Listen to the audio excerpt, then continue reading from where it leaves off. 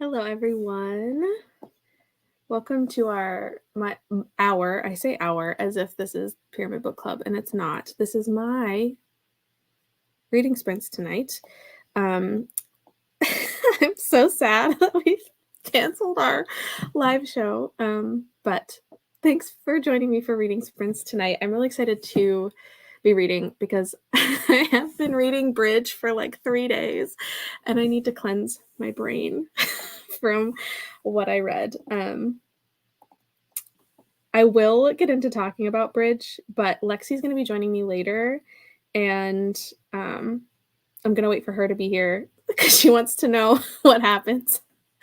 Because Michelle and Lexi both DNF'd Bridge. I did not. I finished the whole thing. It was a struggle, kind of, but I will get into some more details during the first break after the first sprint, because I think that's when Lexi plans to be joining. Can't wait for the tea. Then I can leave it or remove it from TBR. Yeah, honestly, I think it can work for some people. I think it can work for very passionate sci-fi people, but that's about it. It was tough. Hello, everyone. Thanks for joining. I am glad that I am glad that we ended up canceling the live show. I feel like it would have been me. I mean, it would have been me doing this basically, just talking to myself and talking to you guys, but a lot of people DNF'd this book, and yeah, it would have just been kind of sad talking to nobody. I took one for the team though, I really did. We'll miss the first chatty bit having dinner with family, but we'll join later. That's awesome. Enjoy your dinner. And you'll be here for the conversation about Bridge probably. Made it to 56% into the Invisible Library. Very nice. Taking one for the team. Yes. I don't have to worry about I'm going to talk more about what the book was actually about later, but I think I'm giving it, I don't know. I've been trying to decide how I want to rate it between 2 and 3 stars. It feels like a very 2.5 book for me, but I don't know if I can bump it up to 3 or not, because the concept was really cool and there's individual elements about it that worked really well and I think were fun and interesting, but the actual execution of the whole book was tough. So I don't know what to do with it. I need to finish Iron Flame so I can start something new. Oh, I hope you are loving it. Fit 60% in Bridge, we're just gonna get into it. Yeah. Oh gosh, works for me. I had not read it and love sprints. Reading Dawn of Onyx. I hope you're liking that. Yeah, I will definitely let people know, for anyone who wants to know what happens in the book. I will go into that later because I have to tell Lexi as well. So that will be the first break, will be the Bridge talk.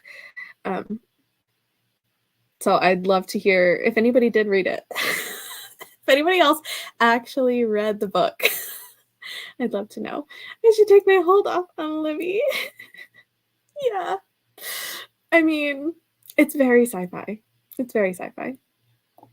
Also, I definitely skipped these. I clicked on them and skipped over them with my brain. I'll be finishing Foxglove King tonight because I have to. Why is physical reading so hard sometimes? No, but actually, I have been physically reading the last couple of books, and it's been so hard. And I think that's part of why reading Bridge was awful. I know Michelle used the audio and still DNF'd it, so I don't think that's the main culprit, but I did not have the audio for it, so that was rough on me. Also, hi, Alyssa. I was working on my Realmathon TBR all day. Now I need to finish the Tainted Cup. How is the Tainted Cup going for you? Also, Realmathon TBR. I have half of my TBR for Realmathon, but only half. I need to finish that at some point. It's so Bridge is bad. Well, it's not great. I will say that there's a lot of really clever, not puns, but ironic features. Some fun elements of it that I think were really cool. But it's as Michelle has claimed, it's word vomit is so accurate. It is so much word vomit.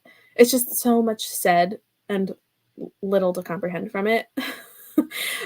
Yeah, it's a lot. Very slumpy. Nothing is working for me. Oh no. Ugh.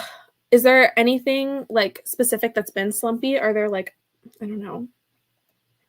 What have you been trying, or is it just like you maybe just need to take a couple days from reading and do something else? Because I definitely get into those moods.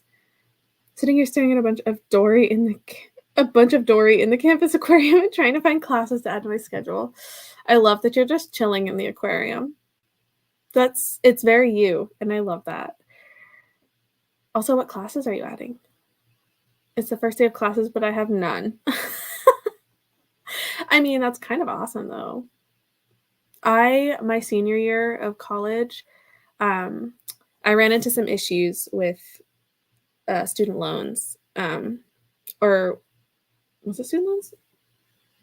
Whatever it was, the finances. And they basically told me during my fall semester of my senior year is when they told me, by the way, actually, no, it was January. It was in January, like right before the start of our spring semester. And they told me, by the way, because of these like loans that you have, you can't take any more credits because you'll go over the like maximum limit that they allow under your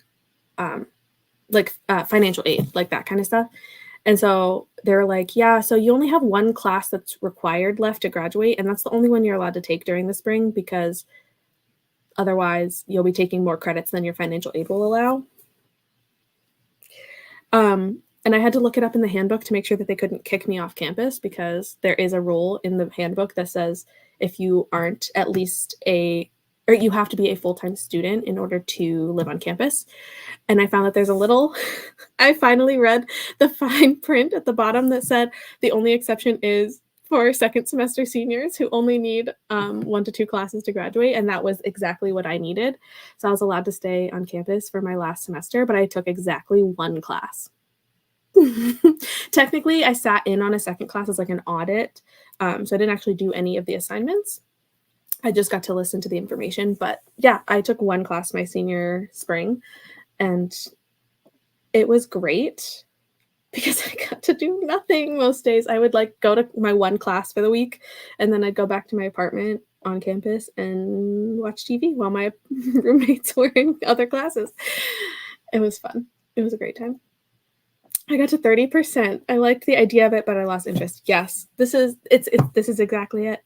Like, I feel like that's probably an average distance that most people got into it before just like it fell off. Like it was not it. But the idea was so cool. And I do think that it was cool throughout. Like it stayed like a really cool concept. It just was not, it was too long and too, I don't want to say too sciencey, but it was just too much. I'm loving the Tinted Cup. That's so good. I'm so happy. I thought my Wi-Fi in Florida was bad, but man, was I wrong compared to this? I don't even want to imagine how long trying to upload a video would take if I ever decided to do that. Oh my gosh. We need videos. We need you to upload videos. So you're going to have to find out. But I'm really sorry that your Wi-Fi is bad. Are there like no other places that have better Wi-Fi? Is it just like on campus that's really bad? Black sheep and such sharp teeth back to back. Love them both and nothing is living up. Oh man. No, that's true. At least it's a good slump. I feel like there's kind of like 2 slumps. I've read too many bad books that I can't pick up another one, or you ended on such a good note that nothing is living up to it. And like it's like the best slump to have. But I'm like, I haven't read either of those. So unfortunately, I don't even know what the how good they are. I have them on my list though. Did I buy one of them? I don't remember if I bought them or not. Reading Assistant to the Villain for a vlog inspired by you, and it's so funny. I'm so glad you're enjoying it and reading it. Oh my gosh, I loved that book. Like, it's it's not a heavy sort of fantasy. It's definitely cozy, like chill. But it's so funny. Their banter is amazing. I am so glad that you're liking it. Have you read Cackle yet? Hi, Lauren. About to start some Carmilla retellings that literally just landed on my door. Yes, I love that. It's hard because they have the classes planned out for my degree, but the first semester has me taking 2 electives, and I have 300 classes, 300 relevant classes to choose between, so I don't have to pick. So, but they're electives, so it's just like things that you would enjoy learning about. So it's like a freebie. Not a freebie, it's still a class, but it's just like things you're interested in. That's fun. Do you have options that we can help you pick? I have it on with Libby, but it's a wait. Sad. Have you read Bad Dolls? Another good question. Counselor at my college looked at me like I had horns growing out of my head when I asked if I could take 7 classes. I just wanted to be done. That's a lot. Like, and it does depend on the class. Some of my classes were a lot easier to take combined with others, and some were like, oh my gosh, I would have died if I had to take even, I think our full course, or like our maximum, I think that they typically allowed was 6 at a time. I don't even think we were allowed to take 7. And 6 was a lot, and it depended on what, especially if you had like Monday, Wednesday, Friday, or Tuesday, Thursday courses, but it could be really tough. Don't miss all that college business. Not at all. I do not miss it. I miss the community my school had, but because like it was a very enclosed community and people were really close with each other, but I don't miss classes. The Wi-Fi fluctuates a lot. Looking at my computer is fine right now, but it's garbage on my phone. Oh, that's so sad. I'm sad. I haven't short stories. Ooh. My vlog should be up next week. I have this week off. Ooh, I'm excited to watch it. That's going to be exciting. I feel like I know a lot of people who have read and liked the book, but not enough. Because I do feel like a lot of people have not liked it just because of the more casual fantasy style that it is. It's a lot different. Fate is the Return. I had a rough week last week. Almost passed out at work. Oh my gosh. I hope you're okay. I'm glad that you have this week off to kind of get better from whatever that was. And teaching's a lot. Teaching's exhausting. So make sure you're taking care of yourself. I have holds on the return. Oh, check out Bad Dolls. See, I love this. I hope that one of these gets you out of your slump, because slumps are sad. I have 300 options. They're all high-level science classes. Freebie, but also no. You have 300 science options? 300 science options. High-level science options? I took the minimum number of science courses that I could. In fact, in high school, they finally gave us the option to take either a history or a science course our senior year, and I took history. I don't even remember what history I took, but I chose a like social science class rather than other physical science or anything, because I couldn't do it. So I never took physics. I've never taken a physics class because I opted out. I took the basic chem lab in college. Assistant to the Villain. The title summons me. I loved it. Ah, yes. I love to hear this. It was so good. It's so funny. And the author is so funny. Like, she's so nice, and she's so excited about her own book. I absolutely love it. Yes, correct. It's a Master of Science, so I guess I have to do science. I mean, that makes sense. But, like, as an elective, you can't do anything that's not science. That feels like a lot. I had a really bad sinus infection and started to panic. Much better. That's good. I'm glad that you're feeling better. Classroom was super hot. Bad combo. Drinking lots of water. Feeling better. Good. I'm glad to hear you're doing better, but also, yeah, all of those factors together, just not a lot. Not good things. I despise physics. I mean, I despise the idea of physics. I can't imagine. I'm not. When I was in high school, 10th grade, I had a short being like a couple months long, where I had the deepest desire to be a meteorologist. I wanted to be a storm chaser specifically. I wanted to go into tornadoes. Yeah, I wanted to be a storm chaser. And then I had the brilliant realization that in order to be a storm chaser, like by career, I would have to go through a full science career and or like a whole science course, and I would have to do science work. And like practically, I was like, I don't like science class. I just wanted the thrill of being in a tornado and like reporting on it. I was like, I want to be a broadcast meteorologist because then I still have to do all the science work, but it's less. That was how my 10th grade brain worked. And that's how I decided not to go into the meteorology career because I didn't want to do science. Max was 6 for me too, but I didn't go to college until I was 24 or 25. Everything felt too easy. That's fair. 2 were a little harder, but not by much. Yeah, that's okay. That is fair. Wanting to like get things done because you started later. That's also a lot. 7 classes. I did most of my college work at the local bar and majored in drinking.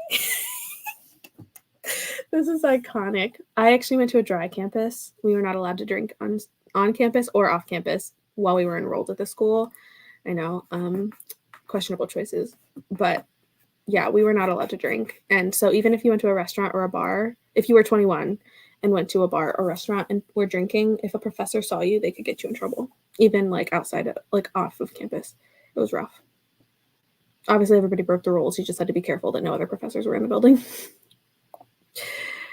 I love science, but I hate physics. That's fair. I took astronomy. Oh, that sounds like fun. Astronomy would be cool. 10th grade is my only physics experience, and it scarred me for life. Oh, no. I take math classes, but no science in my undergrad, although I would have preferred science over math because I'm so bad at math. I took the most basic courses. My math course is actually a computer class. It was called Problem Solving with Computers, and I learned how to do Photoshop and animations. I don't know how to do any of it anymore, but that was what the class was, and it was the math course. It was great. Math 101. That's amazing. I love watching the Tornado Chaser show that was on the Weather Channel back in the day. Yeah, I absolutely was obsessed with all of the storm chasing weather shows or just like tornado movies. Like during the Super Bowl, there was the Twisters remake, reboot, whatever you want to call it, sequel thing. Literally so exciting. Twister is one of my favorite movies of all time. Twister and Night of the Twisters, the 2 most iconic weather related movies, and I'm obsessed with them.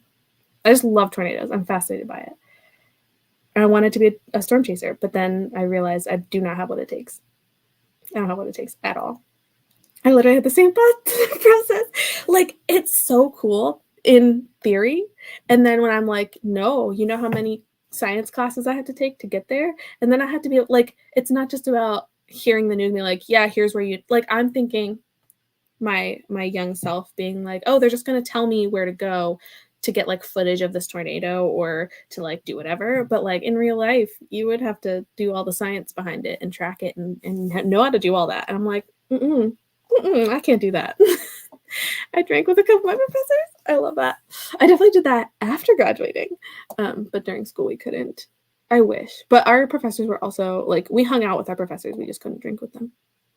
Philosophy professors and TAs would have office hours at the bar. That's amazing. I love that.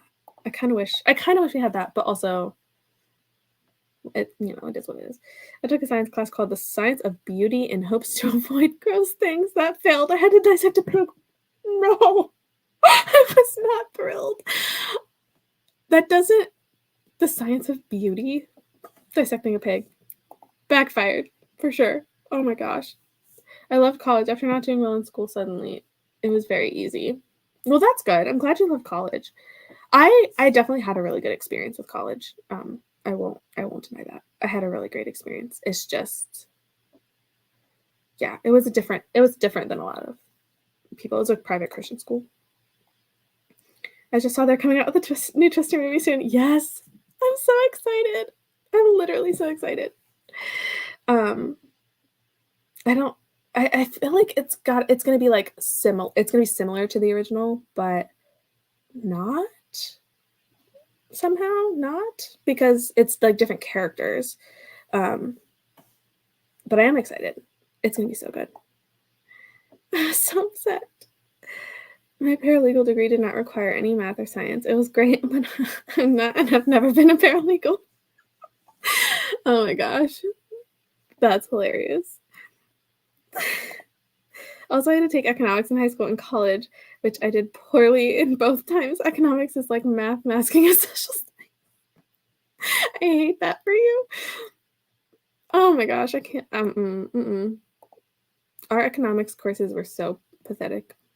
I had a fake career and learned how to use fake income to survive in a fake world that was like, just no, like it's not realistic at all. Because I didn't go and I don't have the job that I did that fake thing for. I was very upset that we only got to choose one major. I changed like 50 times by the end. You were only allowed to have one? Oh, that's sad. People had like double majors and minors and concentrations and all that kind of stuff with our school. So you could have like a million different things. I suck at math. I saw Twister in movie theaters at least 8 times. Yes! I so badly want to be a meteorologist. I love this. I love this. Also, same. I don't know where it is. It's on my shelf with my middle grade stuff. I love Night of the Twisters. It's one of my favorite things. And because I'm got talking about science and meteorology and Twisters and Night of the Twisters, and now this is a good time to bring up, because we have a running tally of how many times I managed to bring up Devon Sawa in my life, and in BookTube. And so now here it is again, the love of my life, Devon Sawa, the legend in the Night of the Twisters. I'm obsessed with that movie. I could quote it. I could quote Twister too, but oh, I love them. Paralegal degree, but worked in libraries after graduation. I love that. Statistics for me, it's not math. I don't care what anyone says. So true. We could double major, but I wanted 6 majors. You just wanted to take every single course. That's what I'm hearing. And I love that. I agree, Sherry, because I didn't understand a lick of stats, but got an A for some reason. I think I just did pattern recognition. That's fair. Just want you to know an example of some of the classes here. Introductory Outback Field Mapping. Wait, that's kind of awesome. That sounds like it'd be cool. Please do it. I need to know what courses you're taking now, because these sound like they'd be so fun. My first crush, Casper, and now and then. Yes. Oh, he's so good. I have been trying to convince my husband to watch Final Destination with me. He is not sold because he doesn't like them, but it's a work in progress because I love him and I love those movies. Oh, he's so good. Also Wild America with right? Oh, that was Devon Sawa and Jonathan Taylor Thomas, I think, and some other guy that I don't remember. Absolutely iconic. I still dream of getting my librarian degree. Oh, that would be so nice. I do have regrets over. I studied youth ministry, and I don't do anything with that right now, so I kind of regret it, but it's fine. It's fine. Not offered this semester, though. There's plenty of normal, boring classes as well. I'm sad that they're normal and boring, but I hope you find some interesting ones. I could pass math classes in my sleep, but got a B in stats. I'm still salty. No. That's rough. I did not like math. I was good at math, but I didn't like it. I was good at school. I just didn't like math and science. I was a humanities girl, for sure. I ended up writing so many papers in college because all of my classes were about writing. I'm currently signed up for conservation biology. That's fun. Wildlife ecology and management, Australian terrestrial diversity, and remote sensing. Dang. That sounds so cool. Those the names of those classes just sound so fun. My hold on Bridge came in, but I'm thinking I shouldn't read it. Oh no. We will be talking about Bridge during the after the first sprint. And I'll give a warning that before I start spoiling anything. I'm not sure how much I can really spoil anyway. I don't know. It's not really too much that can be spoiled, but we will talk more about it once Lexi joins later because she wants to know what happens in the book after she DNF'd. But if you like the science-y element of the description, like the multiple realities thing and like the science behind like it's a lot of sciencey jargon, but still halfway decent. Hello, Just Joins Friends. Love the Final Destination movies. Yes, they're so good. There's so many of them. Obviously, like the first one or two, maybe three, are like supreme. But I love all of them. They're so fun. Born in Tornado Alley, so I have a respectful and all-encompassing fear of tornadoes, not like you weirdos. I know, that's the thing. That it's like one of those like morbid fascinations that I'm like, I know these things are terribly destructive, but also I do not live in Tornado Alley, and I've never experienced a tornado. We've had like tornado warnings, but it's more of just like the, hey, one was spotted like so far away on the other side of the mountain, so it's like not going to get to you, but like just in case, you should probably like have a flashlight ready or something. And that's all we ever had. So like there's just this morbid fascination that I have with them, but like I kind of want to live through one just once to know what it's like. And then I'll probably be good. I'll probably be scared enough that I don't ever want to do it again. But that was me. 3 months away from having a degree to be a librarian. Yes! You're getting there. You're so close. 2 of those are taught by the main frog researcher here. Sorry, the phrase main frog researcher just cracks me up. I love it. That's the main reason I added them. That makes sense. But also I love the phrase main frog researcher. Remote sensing sounds paranormal. It does. Yay, Haley. Remote sensing is like taking data to use for GPS. Okay, well that's cool. But it was just paranormal. Me too. Tornadoes are terrifying. See, that's the thing. I'm like, I believe it. I completely believe it. I have no doubts that they are scary and terrifying. But there is a part of me that like is just so fascinated by them that I need to like experience it to know for sure. You know? We had one here a few years ago. I should see if I still have a picture of the wall cloud view. Oh, yes.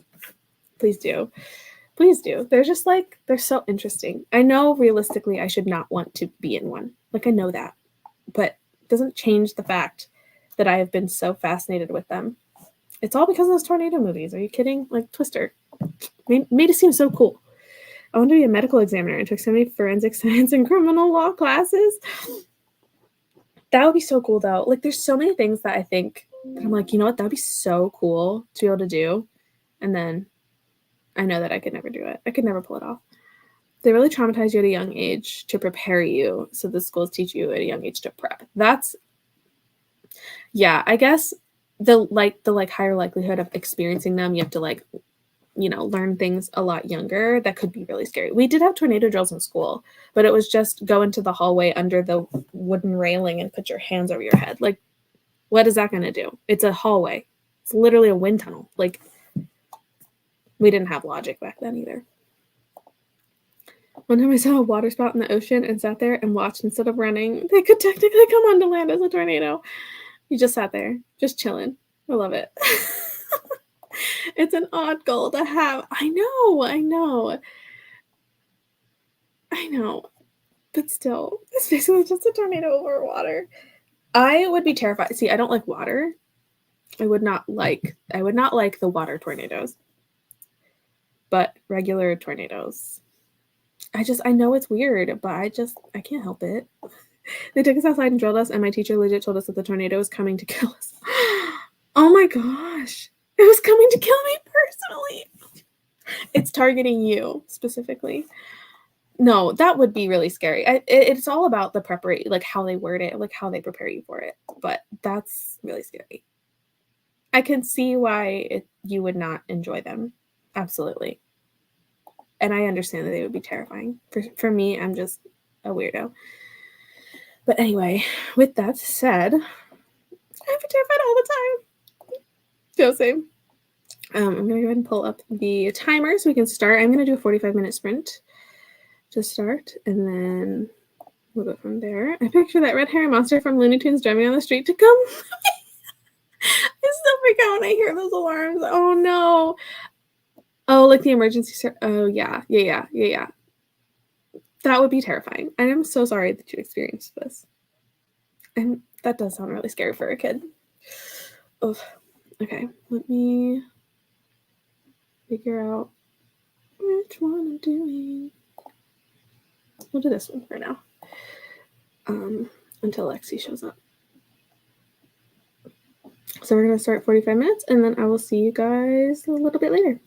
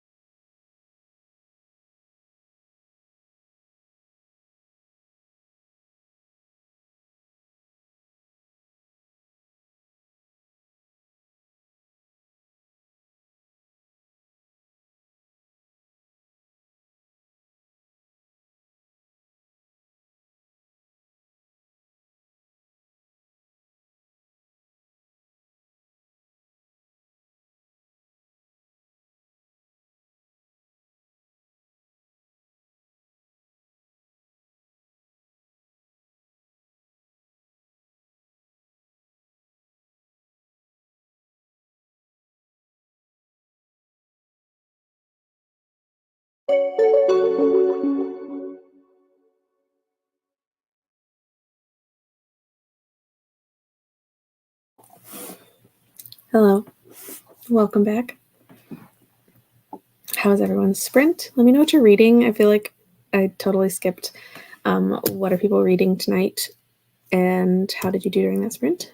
I am reading Silver Flames and I am at page 561. I read about 30 pages-ish during that sprint. I am behind on our group buddy read because I took time over the weekend to read this thing and it took away from reading Silver Flames, which is what I would much rather have been reading. Also, because I work from home and I have the company phone here. I actually have two because we have partner companies or like sister companies. And during that sprint, the phone beeped that someone called and left a voicemail. It is 8 p.m. on a Sunday and people are calling our business.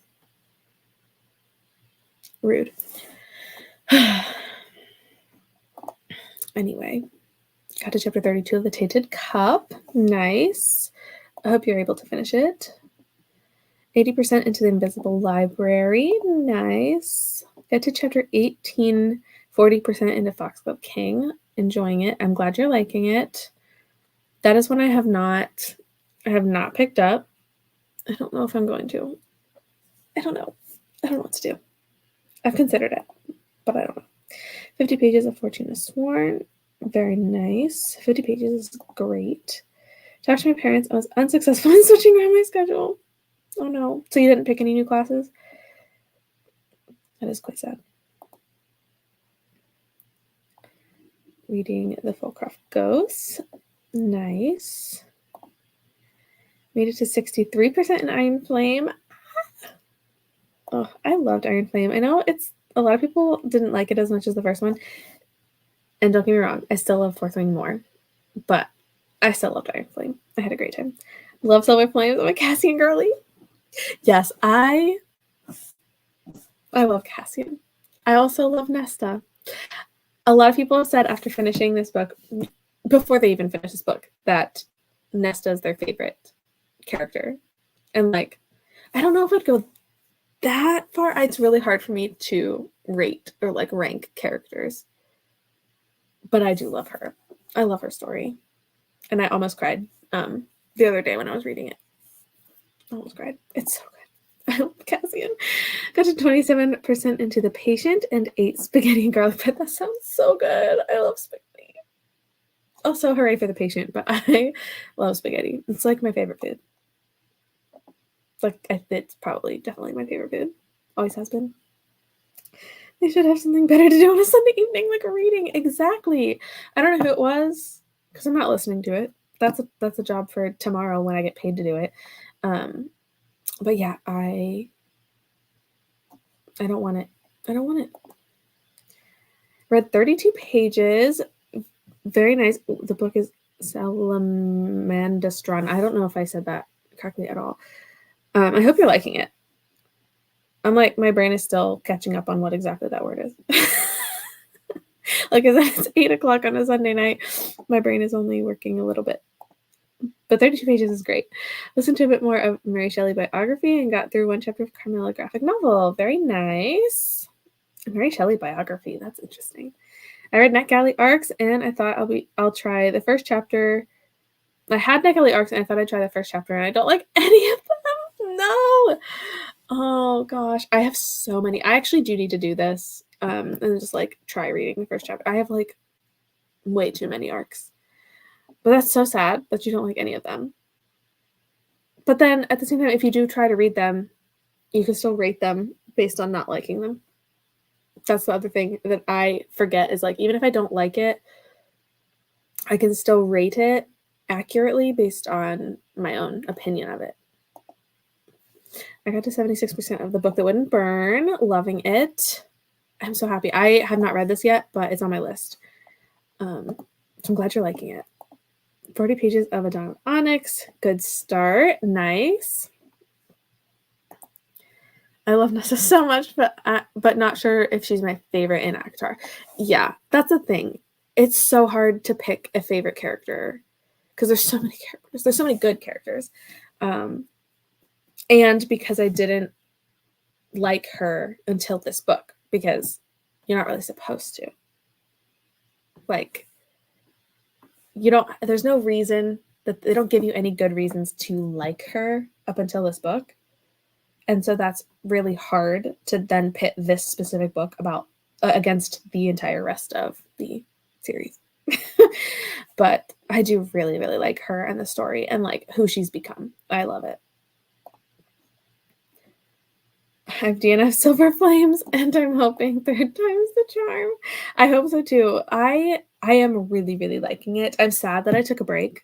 We are going to talk about Bridge during this break. Lexi is not going to be joining, I don't think, because she was just like getting home and whatever. So I don't think she's joining. But I am going to talk about Bridge because, y'all, this book. We're not doing a full book club discussion because I'm the only one that read it. But like, I will tell you what happens. My favorite will always be Lucien, but I love Nesta. I feel like I'm so indifferent about Lucien because what happened with him? Like, he's not even been in this book. He's not even in this book. I kind of forgot about him. Was he in it for like 5 minutes? He was there. I remember now, but I forgot about him in this book. I did not, but I might be adding the riveting sounding modeling ecological dynamics. That's 3 big words that should not be in a class title. Sorry. But I hope it's good for you if you end up picking it. I can't even pronounce the title, so you were in good company. I was nervous to share the title name, but I broke down and share it. No, that's okay. I looked, I'm like, I can sound it out, but sometimes book titles or words, like, I'm so nervous. Because like I listen to the audio for these books, like just in pronunciation in general. But I'll be starting Throne of Glass in the next like week or two, like next week I think. And I'm so scared because I'm not gonna have the audio for the like start of the series for like the first book or two. I had the audio when I started these books, so like everything was pronounced for me. Reading fantasy without audio is so hard because I'm like, I don't know how to pronounce half these names or locations. Locations are the worst. I don't understand any of it. So I should be able to finish in 2 sprints plus 9 minutes. That's awesome. Yeah, I'll definitely make sure that I get you at least 2 sprints and 9 minutes. Give us the tea. Let's hear the tea. Tell me how much fridge fungus what's her face? The fridge fungus. Yes, okay. I paid attention to classes that actually give me a skill instead of just more information. That's fair. Okay, so let's get into Bridge. I will tell you all about Bridge, this book. So first of all, I felt like I was wading through mud trying to read this. It took forever. I think I'm going to end up giving it 2 stars. I think. Now, I didn't hate it because I think it was really interesting. I mentioned before, like the actual concept of this book of like Bridge crossing realities was so cool. Like I fascinated. The first time that she did it, so yes, the fridge fungus. Fridge, I thought it was Bridge. Yes, it's called Bridge, but her mom dies and she's cleaning out her mom's house with her friend Dom, and they find this jar. They realized the house was ransacked. They're like, oh, somebody must have broken in and was looking for something. They're thinking like, oh, there's got to be drugs hidden somewhere, whatever, right? Well, they find this the dream worm, which was an experiment that her mom had been doing in order to like cross into multiple realities, like reality swap. But they found it in a jar of what was it? Ratatouille, I think, in the fridge. So, but everything in the fridge was rotten because her mom died and nobody had cleaned out the house. So everything in the fridge was like moldy and gross and fuzzy. And they found this jar of rotten ratatouille and found the dream worm nest. Like I'm picturing like an egg size. I think it was more, I don't know. I actually have no idea how big it was. But basically this like parasitic dream worm thing in the fridge. And she said, let's eat it. She said, let's eat it and find out what happens. So they do. And the first time that she successfully reality swaps, I'm gonna tell you, I had to read it was like 2 chapters in a row, and I had to reread them like 3 times because I had no idea what was happening. There were multiple characters happening. Oops, I had it's too late. Anyway, it turns out that instead of like just jumping realities, like you're reality swapping. So like she goes to another reality, and the person that she like herself in the other reality comes into her body in this reality. And it was like I could not comprehend. Okay. But it's fine because it made sense once I got past it. But like if I have to reread something like 3 times, like why? Like why? The concept of the cover was like, it sucks, it was left out. Yeah, exactly. It was basically a time travel LSD trip. This is exactly accurate because they had to have like this like music and like slideshow video animation thing that was like tripping them out, and that's what like triggers the swapping. Yeah, literally Ratatouille. It was insane. Someone eating a sack of worms just grosses me out. Yes. I mean, yeah, like they would like pull it apart and it would be like a string that I don't know how long, a couple inches maybe, that they would eat it, and then LSD trip basically. Yeah. Did she have any insight into what she was eating? Kind of, but not really. She did have memories of her mom and her doing this when she was younger. So she kind of knew what it was as soon as she saw it. She was like, wait, I think I know what this is. Let's try it. So like she knew it was the dream worm, but also she definitely shouldn't have eaten it. It was disgusting. I feel like I could see myself doing this. Please don't. The description made me think that it just looked like fuzz. Yeah, I think it did at first because it was covered in ratatouille. It was covered in moldy food. So yeah, I think it did look like fuzz. But she knew that it was something her mom had been looking for. So I think it was that like the back of her mind of like, oh, this is what it could be. She said, this looks funky. Give you $1 if you eat it.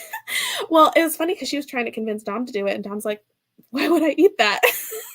I DNF'd after 54 pages. I'm so confused. At one point I was like, who's Dom? Yeah. So Dom actually was maybe my favorite character. I really appreciated Dom's perspective because Dom is the best friend and quite literally is the only thing that keeps Bridge in check. They like are the reality check for Bridge throughout the whole book. Being like, are you sure this is a good idea? I don't think this is a good idea. But if you're going to do it, if you're going to insist on doing it, I'm going to be there like by your side to protect you, like make sure you're okay. Like the literal best friend ever. So I loved Dom and the role they played in the whole book. Good old memories of tripping with mom as a child. Yeah. Really, really messed up. Truly messed her up as a child and an adult. Thanks for saving us. Yes. The dollar would work. I like Dom for some reason. I missed their relationship in the beginning. Yes. They were just the like longtime best friend and truly like the only sane person in this book. But basically then they meet up with this other guy who is like, hey, I worked with your mom on this dreamworm thing. So I'm going to work with you. Like, please let me eat some of the dreamworm with you. And we can go trip multiple realities together. And they do. But then it starts unraveling like that it's causing other issues. And then you get this perspective because the description tells you that somebody else is after them, that there is this other, like somebody's trying to kill Bridge. And it turns out that it is somebody else who also knows the side effects and like knows what happens when they use the dreamworm. So it's somebody else who knows about the multiple reality type thing. And is after like trying to wipe out people who know what to do. The problem is that people in multiple realities know about, like people in the other realities know about the ability to travel between realities. So this other character, this is kind of getting into spoilers a little bit, but not, I feel like it's kind of hard to actually spoil this book. But like this other character, Amber, has like herself in all these different realities are all trying to chase down Bridge and all of Bridge's realities. So it's like so trippy because there's a chapter about Amber, but there's a chapter about Amber's her other self, like in the other reality, whose name is Amber Lynn, who's chasing down the Bridge in the reality we know. And it gets to the point where I'm like, I can't track all these people. There are too many characters. They all have similar names. Like they have similar names to like the people like they're equal in the other realities. And I'm like, I don't understand like how to keep all of this straight. It was absolutely bizarre. Like it was confusing. There was too much science. At one point they were trying to explain that this was like a parasite that once you've like jumped realities or swapped realities, it becomes a parasite and like starts to infect the other person. It's this whole thing. Like it just got so it should have called Bridge to Terror. This is the best thing I've ever seen. You're so right. You're so right. That's about where I stopped. Yes. Like literally. People can just DNF the title. So true. I had no idea Amber was. So yeah, Amber was basically like she knew that the whole thing where like once you've switched realities once, it kind of like sets off the parasite in the other self, and that person is infected with the dream worm, and like it like grows and like sliver like is in their skin, and it's like super messy. And so Amber's like, I and all of my other selves are going to track down all of the people in all of our realities that know about the dream worm and kill them. And so that's what she's doing through the whole book. All of her other selves are tracking down like Bridge and all of Bridge's other selves. And Jo, so Jo is Bridge's mom, who is also Joanne in a lot of her other selves. And like the whole point of this book is Bridge is trying to find her mom. I forgot about that part. The whole point of this book is that they're trying to find her mom. When her mom doesn't even really want to be found. Like it is weird. This is not convincing me to not wait. This is not convincing me to not read this. So you still want to read it? Honestly, please do. I love that for you. If you want to have a little LSD trip. This was way above my brain capacity. It really gets very, very twisted. I have removed this from my TBR. Yeah, like I appreciate that some of them had different types of names. Like Bridge was our main character, and some of her other people were like Bridget or Bridget with 2 T's. And so like that did help keep it a little bit straight, but also not enough. Like it was just too confusing. Time travel, different realities, anime TV show rec. Okay, there we go. Yeah, so if you want to just not read it and you want to just watch some anime, I thought it might have been weird enough for Lexi to like it. Yeah, it was weird, and that's the thing. It was really cool. Also, I want to say one of my favorite things about this book that like once I thought about it, I was like, wait, this is actually kind of awesome, is that pretty early on, I don't know if it would have been before anybody DNF'd, but they start talking about like when Bridge and Dom are trying to understand what the dream worm is and like what happened to her mom, they are looking things up on the internet, and they're looking things up on YouTube. But in the book, you know how like a lot of books they make up other like social media sites, like instead of YouTube, their version of YouTube is Uvid, and their version of Facebook is Lifebook. And so like they just, books do that all the time where they just make up fake off-brand like social medias just for the sake of fiction. And so like that's happening in this book where they're on Uvid looking up these like instruction videos, or they're on Lifebook looking up people, like it would be Facebook. And I was like, oh, that's kind of cool, right? Well, later on in the book, when Bridge is reality jumping and she swaps with somebody in another reality, and she's trying to understand like what herself in that reality is doing. So she's trying to learn about her own life in that reality. So she pulls out her other self's phone and is scrolling through it, and she's like, whoa, this phone looks weird. And also there's these different apps. Like, what is Facebook? Oh, it looks like it must be similar to Lifebook. What is YouTube? It looks like it must be similar to Uvid. And I was like, oh, this means that Bridge and Dom, like they live in a different reality from ours, but our reality exists as one of their other realities. And I was like, wait, that's kind of cool, actually, because it means that they created all of these like fake social medias, but those were the like other reality. So you're supposed to assume that like Bridge lives in a reality that is not our own. I thought that was so cool. Like it's never actually addressed. That is never addressed. It's just one of those like extra things that you can put the pieces together. And I thought it was very clever. And it did not make me love the book at all, but it did kind of, it was like, okay, I'll give you that point there, because that was pretty cool. maybe it would have been more enjoyable as a novella. Yes. And that's the other problem that a lot of people had, was that it was very long and word vomity, and it just kept going. Like, a lot of things could have been said a lot quicker, and it's completely true. Like, this book was way too long. It was 400 pages, and the writing was pretty big, but it took forever to get through. And it didn't need to be that long, because we're not only getting like Bridget's perspective, we're getting Dom's perspective, we're getting Caden, who is this random guy that was working with her mom. And then you're getting Amber's perspective, and then Amber's other self's perspective. And then also mixed in with all of those, you're also getting Jo, the mom's diary entries from when she, like, her whole life basically, and every experience that she had with the dream worm, or like going to meet people to like buy the dream worm. And so you're getting all these Jo diary entries, and quite literally I didn't care about a single one of them. Like, none of them, I can't even think of how important they were. Like, they didn't feel like they were necessary, and there were a lot of them. And typically in the chapter right after the diary entry, which Dom was the one that was reading the diary entries a lot, and I feel like in the chapter following it, there were a lot of like, Dom would just sum up what the diary entry said. Like, oh, by the way, I read your mom's diary, and it sounds like she went here and did this. And I'm like, yeah, I just read that for 5 pages. And honestly, your 2-sentence summary was all I needed. So this book could have been so much shorter, like so much shorter. Which is why I think I'm landing on 2 stars. I go back because like the concept was so cool, but the execution was just not it. I want to give it 3 stars, but like I think I can only give it 2 from like actual enjoyment quality. This kind of feels like it has similar vibes to the Rorschach text, so you probably don't want to read that. Probably not.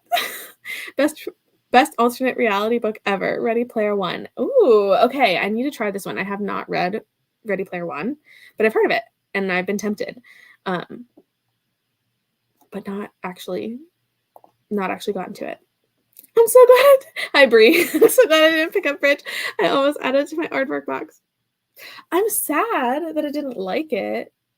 Like the idea and the description make it sound so good, but the writing is really bad. Like, the writing is, it feels real because it's written very much like a person would talk or think, but it makes it really hard to read, if that makes sense. Like, yes, I appreciate you making this sound like a person would really be sarcastic and trying to, make funny jokes, or 'cause when she's cleaning out her mom's house, like they're making a lot of jokes and being sarcastic with each other. And a lot of it is like worded in a way that feels realistic to like a young person who is talking and thinking, just like chaotic. But like, Oh, Brie has appeared. Yes. Hello. Part of this sounds interesting with the worms. I don't know. Yeah, the worms were a little. It was literally like, in my head, I pictured it like a piece of wet spaghetti, or like thin, like angel hair pasta, or like a thread of hair. Like, it was, because I think what they were eating was not like moving. It was like wiggling worms, but the infection that the other selves and the other realities had, that was like moving in their skin, and that was kind of gross. But the actual thing that they were eating, I don't think it was like worms. But I'm not totally sure. It was still weird. I just got that from family dinner. The concept sounded so cool. Maybe it would have been better in visual media. That could have been too. I don't know what would have made this better, if I'm being honest. I don't know. But also, for anyone who, I'm gonna say the whole point that kind of was also annoying, that made the whole book feel like it was pointless. So this is like a big spoiler if anybody actually wants to read this book the whole way through. But you find out that like Jo and the mom in Bridge's reality had died of brain cancer, and so she was going through all these realities to find a reality where her mom hadn't died of brain cancer yet, because in most realities it did happen. But then you find out that she does find her alive in one of the realities, and it's her mom from her reality, but like her soul, like her mind in this other reality, and she chose to go there and trap herself in another reality so that she could steal someone else's life and live. And so then she was trying to like leave hints so that Bridge would find her in that reality, and they could she could swap with that Bridge and live in that life, and the two of them could just be like mom and daughter in this other reality, having literally stolen someone else's life and forced them to like switch places with them. It was this whole messy thing where Jo disappeared on purpose, basically, because she didn't want to die. She condemned this other self to die in her place so that she could go live her life in another reality. It was like so messy and so annoying. And I was like, you're the worst mother in the world. Like, what? Thankfully, Bridge was not buying it. And she was like, bye, I'm going to go back to my regular life.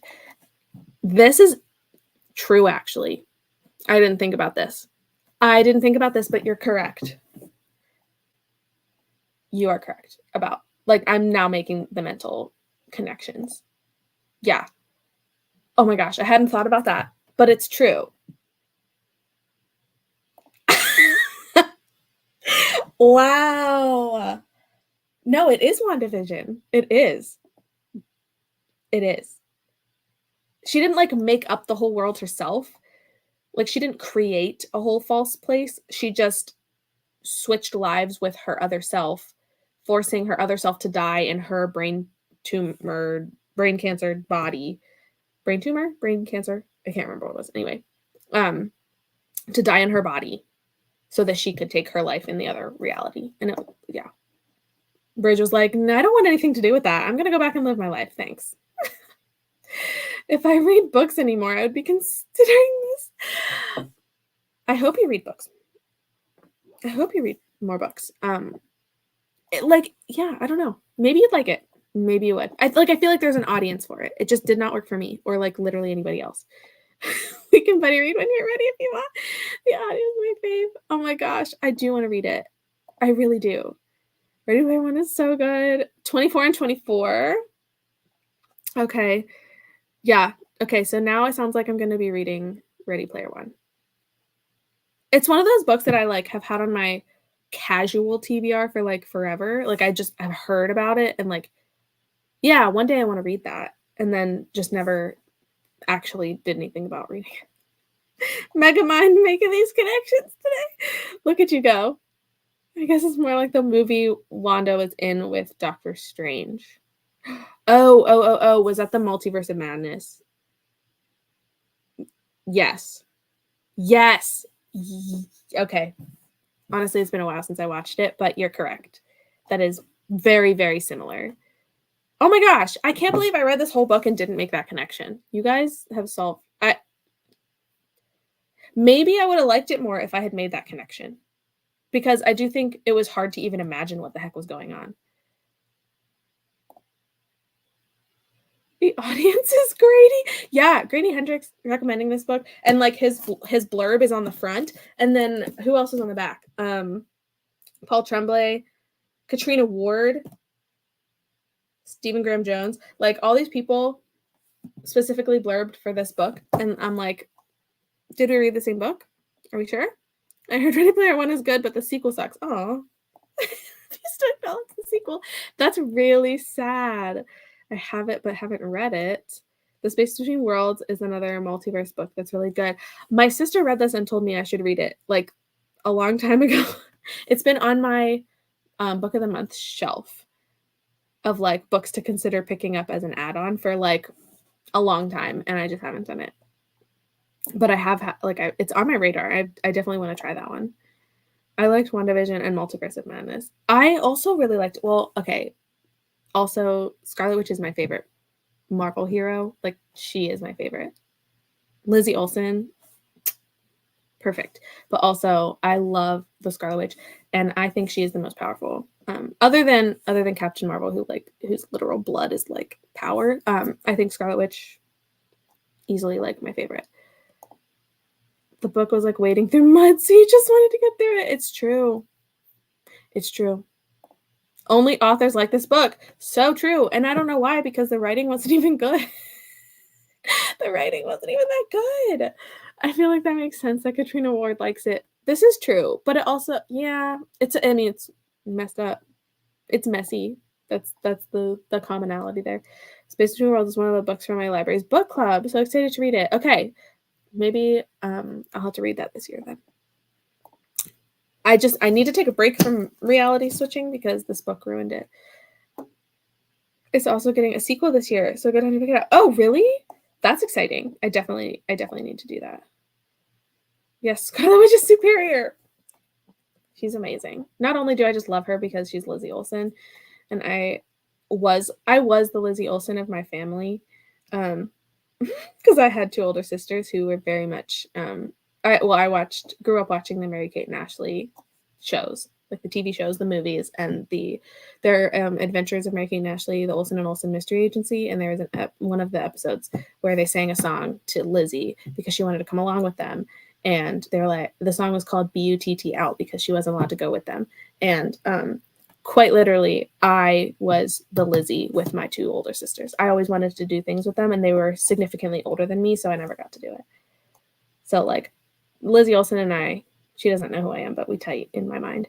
And so that makes me like Scarlet Witch, but also in the like whichever one it was, Endgame, I guess it was, she literally like throws Thanos around like a rag doll. And I'm like, yeah, girl, get it. I want a Scarlet Witch to Comic-Con. I love it. I love to see it. I love Multiverse of Madness too. I don't think the concept was the issue. Michelle Duff wasn't wrong. It's word vomit. The writing was so awful. Yeah, the concept was not the issue here. The idea was so cool. And I think it was, I don't know, it was definitely the writing was the problem, the main problem, because it was just too much, too confusing. But I think the actual plot was still good. I don't know, like I felt like the plot was good throughout. It just was really confusing and was not written in a way that made me ever want to keep going. Like I got distracted every 5 minutes reading this book, like every single chapter, which the chapters weren't even numbered, which was also difficult. But every chapter I would pick up my phone and distract myself.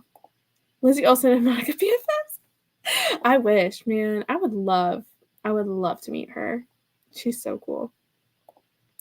She's clearly the strongest. Thank you.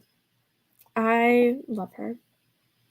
But now my mind is blown now. I'm so glad that you guys brought this to my attention, specifically, I guess, Carly making the connection with WandaVision, because that's literally like Multiverse of Madness. That's literally what this book was. And I'm having a little bit of an existential crisis now, like putting all the pieces together and like comparing it in my mind. Like actually, they rewrote Multiverse of Madness so many times, so that's why it felt so messy. Also true. And that's what this book was too. This book was messy. They're the same. Did they have the same writer? She's written for shows, right? This author has? Oh, maybe not. Her stuff has been made into shows, but I don't know if she's... I don't know. She's also a screenwriter. So she has... I don't know. Maybe I should look up her credits. Did she write for Multiverse of Madness? And then she took it and made a book out of it? Does it make you want to reread it? Oh, JK. No, this is not one of those books that I think rereading it would make it any better. I think it would make it worse because I would never make it past the first chapter. I wouldn't do it. I couldn't do it. I wish that it was good. I truly do. But I'm glad that we didn't end up having, like, I just, it would have been kind of funny because I think, what was the other book that we, in our live show, that was Ascension, trying to describe it all and like actually tell Michelle what happened in the book was kind of entertaining. And I feel like it would have been funny to have them try to understand what this book was about. But yeah, that was it.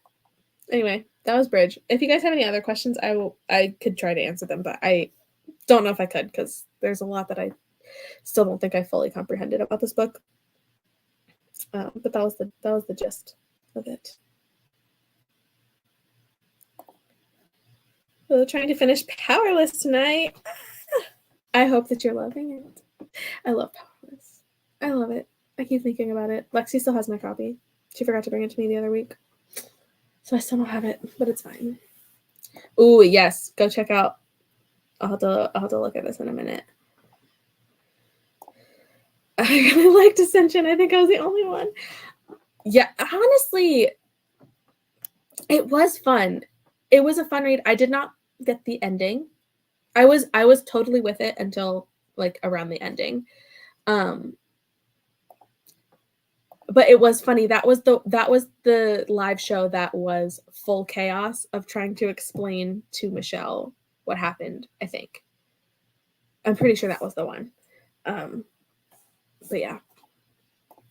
I randomly picked up At First Spike today. I've already read 100 pages and I'm in love already. Wait, is that the Oh, that's the that was the Afterlight January Afterlight book. I need to read that. I hope that you end up liking it like throughout the whole thing. But I'm really excited. So I can't wait to hear what you think about it. Cuz like the copy is so pretty and I might read it. I might read it for 72 hours. Maybe. I'm going to finish it. Not oh no. Not hating it, but not the biggest fan. That's okay. That's okay. I mean, I'll take not hating it. I understand that it's a style of romantasy that is not for everyone, for sure. Um, going to finish it. Honestly, with some books, finishing it is the least. Sometimes it's not because you could DNF. So I'm glad you're not DNFing. But anyway, let's go to another sprint. Now that we've gotten to the end of my bridge rant. So let me bring this back up. Which one was I doing? This one. I've got about 100 pages left and it's feeling like a low 3. Okay, well, 3 is still middle of the road, I guess. I'm gonna put it that way. All right, so I will start it, 4 seconds short, but we're gonna do another 45 minutes, so I'll see you guys in a bit.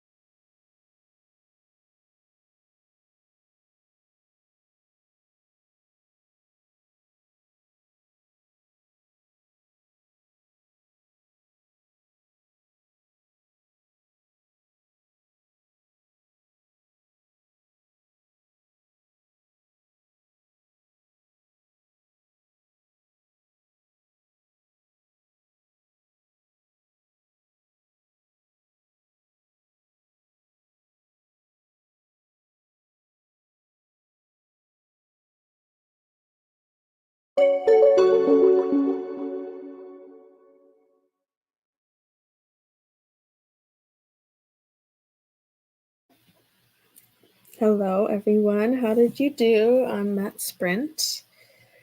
I have recovered from Bridge, and I am about 600 pages into this monster. I'm loving it so much. They're currently at a ball. The ball.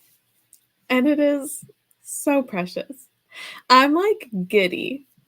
The scene is so cute. It's so cute. Oh man, I know I said before that Nesta wouldn't be my favorite character, but like by the end of this book, I might change my mind. I can't deny it. I do love her. And Cassian. I love Cassian too much. I finished The Invisible Library at 3.5 stars. Nice. Trying to decide what to read next: Blood Mercy, The Patient, Foxglove King, or When the Moon Hatched. I have not read any of these. However, I would also vote for When the Moon Was Hatched. I have it, and I want to read it soon, but it is very thick. I'm intimidated for like just how long it might be to get through, but I also really want to read it. Finished Powerless is indeed 3 stars. You know what? I'll take 3 stars. Because that means it wasn't like bad. But I'm glad you finished, because now you can move on to something else, and hopefully you'll find like your next book will be even better. Another 40 pages. Very nice. DNF'd another book. I don't think tonight's my night. Oh no. Well, let's hope that you will find another one. Are you going to try to pick up another book? And what do you think you're going to try? DNFing. I am trying to like have, not that I want to DNF books, but I feel like I've always been afraid of DNFing things. And I'm trying to get more into a habit of like, if I'm not enjoying it, if I'm not having a good time, just DNF it. I probably would have DNF'd Bridge if it was not for the book club, and I knew that I was probably going to be the only person that read it. So I pushed through. But I have this like eternal need to just know everything and how it ends, like how the book happens, like how it ends. And like even if I'm not liking a book, I want to finish it so that I can talk about how much I don't like it. But I need to DNF, and I can just talk about why I DNF'd it, which is why I didn't like it. It's like the same thing, but less torture because you don't have to read the whole book. Got to chapter 37. Very nice. You're making it. 41 pages. I'm glad you're loving it. 61%. Still liking it. Feel like it should have been YA because of the things happening. Okay. That's fair. That's fair. I feel like I don't know anything about this book. But I don't know. I feel like I've also heard so many mixed reviews. Like I don't know anything about the actual plot, but I feel like it's had a lot of mixed reviews. Read a whole 2 pages of it and nothing else. I love this. 2 pages of it. I need to read it at some point. I was just talking about the movie earlier. I was talking about Tim Curry as Pennywise. I thought it was YA, but it's been marketed as adult.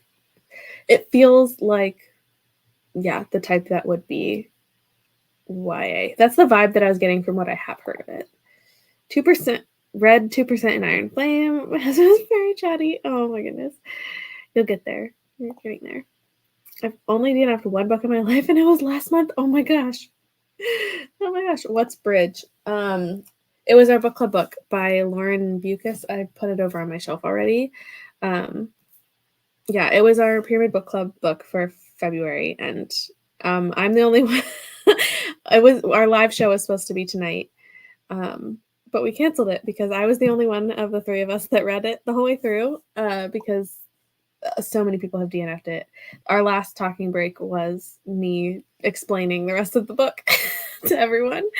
Oh gosh, it was something. The main character is turning 24. Interesting. I have no idea what to try next. Oh goodness. If you have like options, maybe we can help you decide. Or you could just wait and pick something else up tomorrow. If you're like, if today's been rough. I need to work on DNFing more too. Yeah.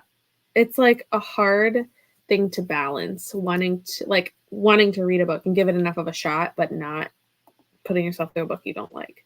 I can only do enough if I know someone who has read it and can give me spoilers. True, because then you don't have to worry about not knowing the ending. That is so true. 30 more pages. Very nice. Hamilton's other duology has the same issue. Marketed as adult but strong YA. I think that's happening a lot more. Like, I feel like YA has changed a lot. And it's been a weird differentiation. I try to push through when there's something going for me. It's always a struggle, and I hate the books after.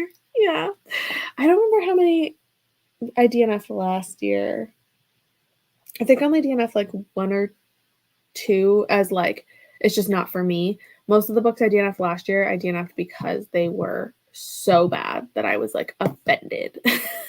And the ones that were like romance, like contemporary romance, where something like the character was so atrocious and I was supposed to think that they were good. Like those kinds of books bother the heck out of me. I'm like, no, I will not acknowledge, like, no, I don't need you. Like there's a difference between a character that you know is bad and you're supposed to like them despite them being bad. And then there's other characters that are just horrible, but their flaws are supposed to be cute when they're really just offensive. And I encountered a couple of those last year, and I have not forgiven them since. When the Moon Hatched is Long, yes. It is, it's, I don't know if it's as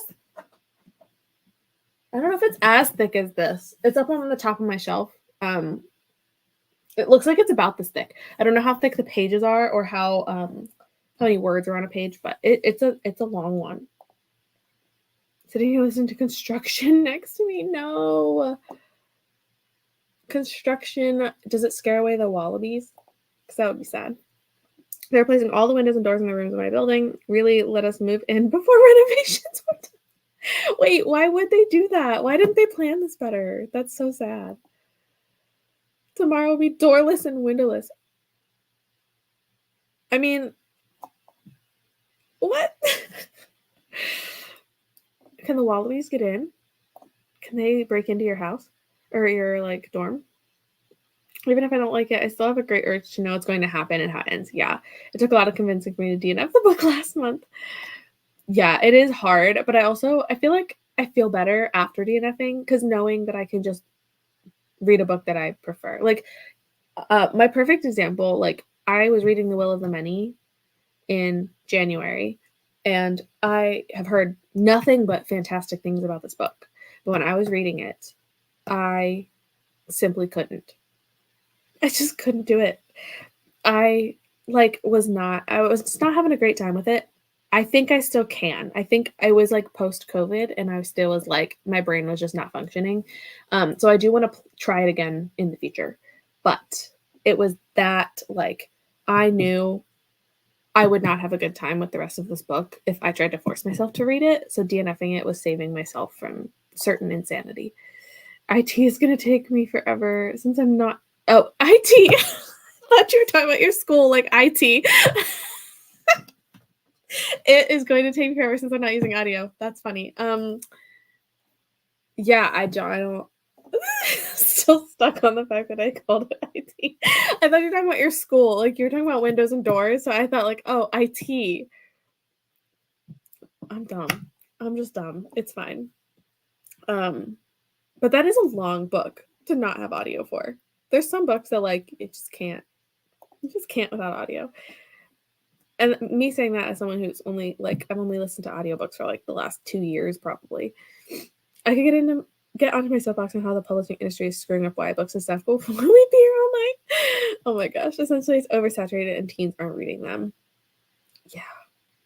Yeah, I think it's all in the marketing of things, and it's messy. I totally get that. Is it really breaking in if you don't have a door? If you don't have to break anything to get in, that is so funny. What was my timer telling me it's time? Um, I'm fine with it though, because the doors to the outside currently have a good sized gap, so one of those big spiders could easily get in right now if it wanted to. I'm excited for a door where that can't happen. You're excited to have doors that keep out the creepy crawlies. I could agree with that. A gecko came into my room the other day. Is that a good thing or a bad thing? For you, I just really can't tell. It feels like that could be fun. Just a gecko. I mean, it's not a frog. I wish the frogs were breaking into your room. I hope you survived the night. It was a fine thing. It was a tiny little guy. Aw, that's cute. I'm happy to hear that. But I would not be fine with a huntsman. No, I wouldn't either. I wouldn't either. Maybe you shouldn't read it because then the creepy clown's gonna break into your room. Reading it brings them to life, apparently. That's what I'm understanding. Don't let the creepy clowns in. Okay. I'm gonna go into another sprint. I have a leftover Wendy's ice cream and it's starting to melt, so I want to start eating that. I had to it was left over from the other one from yesterday, and because these cups are huge, like the ice cream was a lot, so I ate half of it and then I put it in the freezer. But then when you refreeze ice cream, it gets more it's too hard to actually eat. So I've been letting it sit here and thaw for the last 15 minutes. So I want to eat it soon before it gets too melty. I'll be doorless and windowless for the daytime while they swap them. It'll be done by the night. Oh gosh. Well, I hope that nothing comes into your room unexpected or uninvited, because that would not be fun. But on that note, we're going to go into another sprint so I can eat my ice cream and I can keep reading, and I will see you guys in 45 minutes.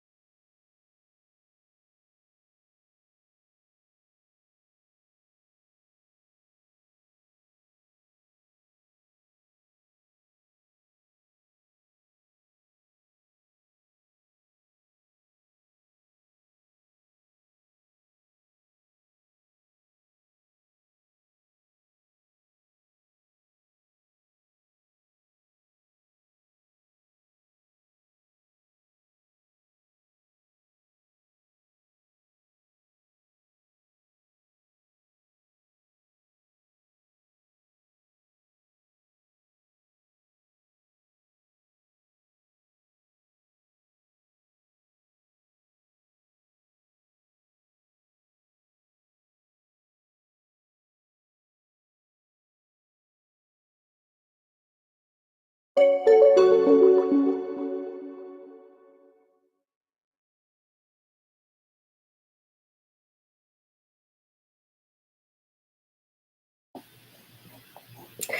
everyone. Welcome back. Let me know how you did during that sprint. I read I don't even know how many pages. It didn't feel like that many pages. 25 pages maybe? I don't know. I feel like I read really slowly during that sprint. I'm now like 617 pages into Silver Flames, and I cried. I was stressed. Not really stressed. I was happy tears. It was happy tears, but there were real tears there. That's the first time I cried during these books. It's the first time I cried during any of these books. But I cried. Happy tears at a good scene. It was so good. It was so cute. I'm still crying in my head. Inside my head is still crying. So that's how that went. I was hoping to finish this book tonight, but I'm moving really slowly through it because I don't have the audio, and my eyes are just not reading right now. For some reason, my eyes are reading very slowly. So I'll probably have to finish this tomorrow, which sucks because I also have a book from Libby that I need to read in the next 2 days before it disappears. Oh gosh, here we go. One time my roommate stole some guy's horned owl statue, so they came to our room looking for it, and I had no clue what was going down, so I had to block their entry and protect this creepy owl from some strange guys, but it turned out they were the rightful owners. But I had a door. I don't know how the owl got in our room. Or how it got out. They broke into our room somehow, but secretly, I think they were just friends with the RA. This is a roller coaster, Aaron. This is a roller coaster. I mean, I guess I'm glad that the owl is back with its rightful owners. I think that's the moral of the story here. And also, they broke in, but you had doors. Sketchy.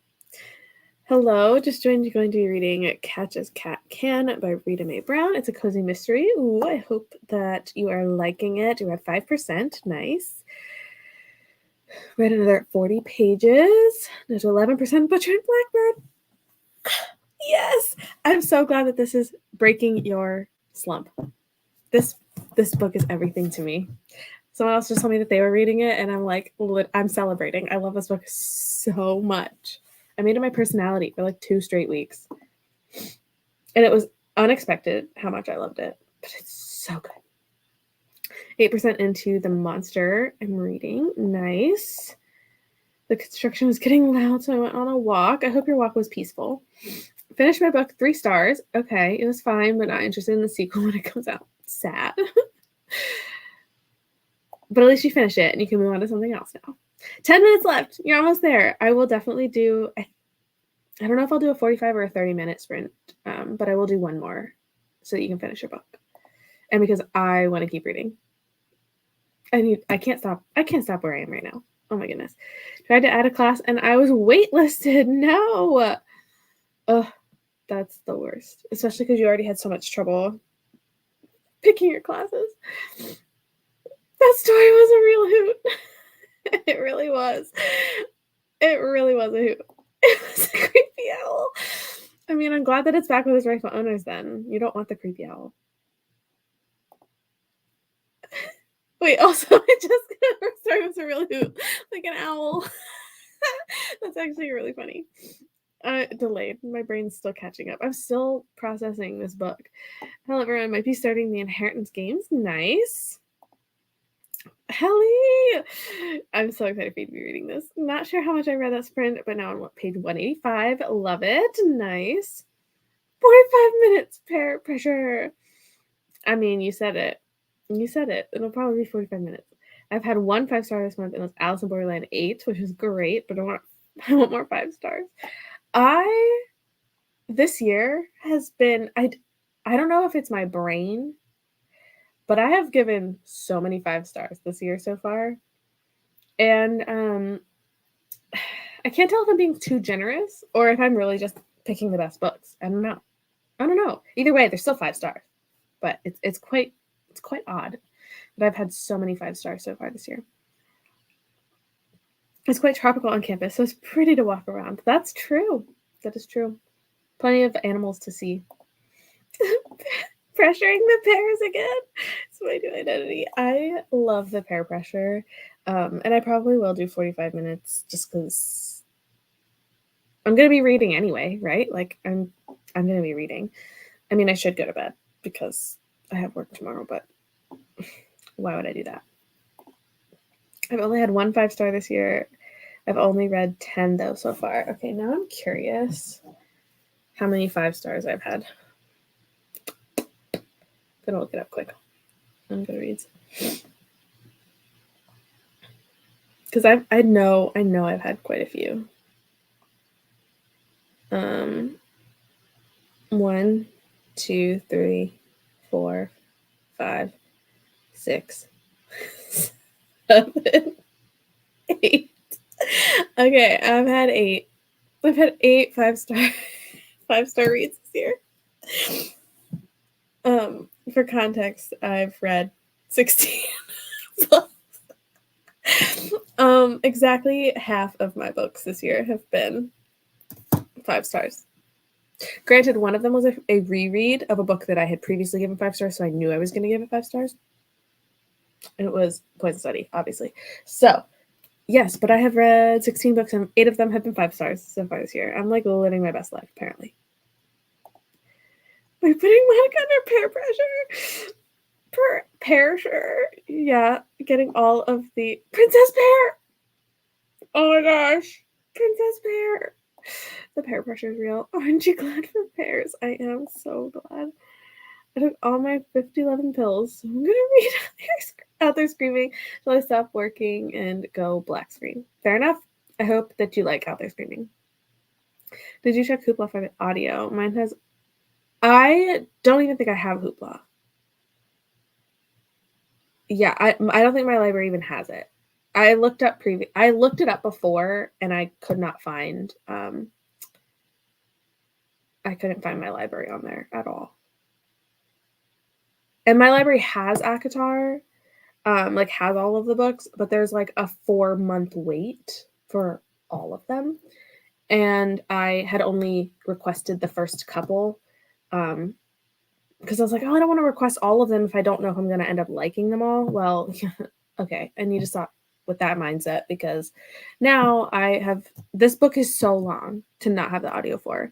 So we're going to be reading Throne of Glass like next week starting, and I don't have the audio for the first couple, but I have already requested like a week or 2 ago the audio for the last like 4 books because they're longer. I'm like, I'm gonna need the audio to get me through these. But yeah, I don't have, and like I'm in the last like 150 pages of this one, so it's not that bad. I just sometimes my eyes just don't want to read. I've only had 1 5-star book this year. No, I hope that you have many, many more. I hope Butcher and Blackbird is your next 5-star read. It's so good. I had 9 5 stars last month, so this one seems like a drought. Oh my gosh. Oh my gosh. Princess Pear. 12 books I rated 5 stars this year. Nice. Wow. Okay. I thought my 8 would be like, oh, I mean, my 8's a lot compared to last year. A 50% rate of 50% of my books have been 5 stars, but like 12 books, that's amazing. I've hit 8 5 stars out of 26 so far. Dang, you guys are killing it. All 26 were in January. You haven't read. Yeah, I can understand why you wouldn't have read because you're so busy getting used to life in Australia. Reading is outlawed. You should read to your animal friends. That is out of the 40 books I read. That's amazing.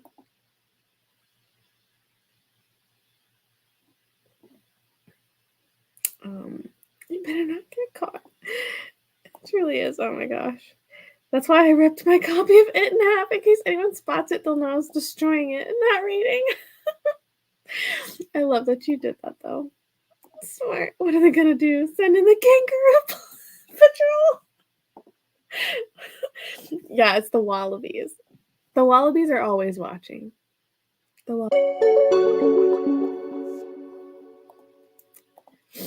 I've had 11 5 stars, 25-ish% success rate. That's amazing.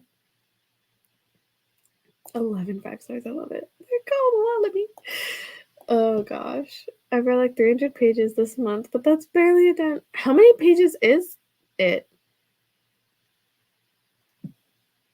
It's well, like 700? 600? 700? It's not that. I have the mass market paperback, I think. So it's a really hard judge of how long that book is. We've been over this, Froggy. Ain't got no door or window. It's true. The Wallaby Patrol will get you. They'll just hop right in. They'll just hop right in through your non-door. 9 out of 22. Nice. Wallaby's truly scary enough to be in a Stephen King novel. So true. Almost 1,100 pages. What? You're kidding. You're kidding. 1,200. Took me a month to read. It's so long. Okay, wait. Wait, really?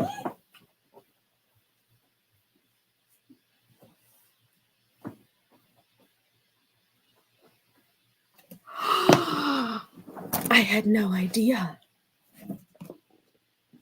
These pages are so thin. And there's a lot. This print is really... Okay, this is the copy I have. This nice face on the back. I hate that. I hate that about books. The pages are thin. The writing is microscopic. I feel like I need bifocals for this. A magnifying glass or something. But mine has...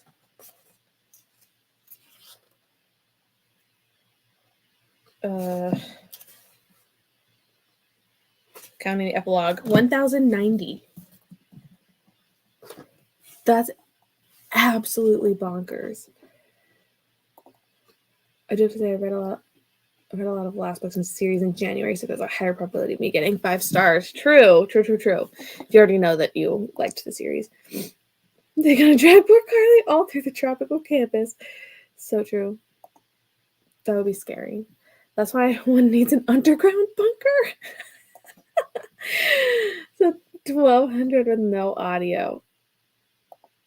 God bless your soul. It is so long. You have to beware and prepare yourself for the ending. I need to read it. I guess I really do need to read it now. But like, I'm even more intimidated than I was before. Like, I saw the book at this size and I thought like, oh, that's not terrible. I mean, it's thinner. It's actually like thinner than Silver Flames by a little bit. But these pages are so much thinner than these. And also, it's so small. And the words are literally microscopic.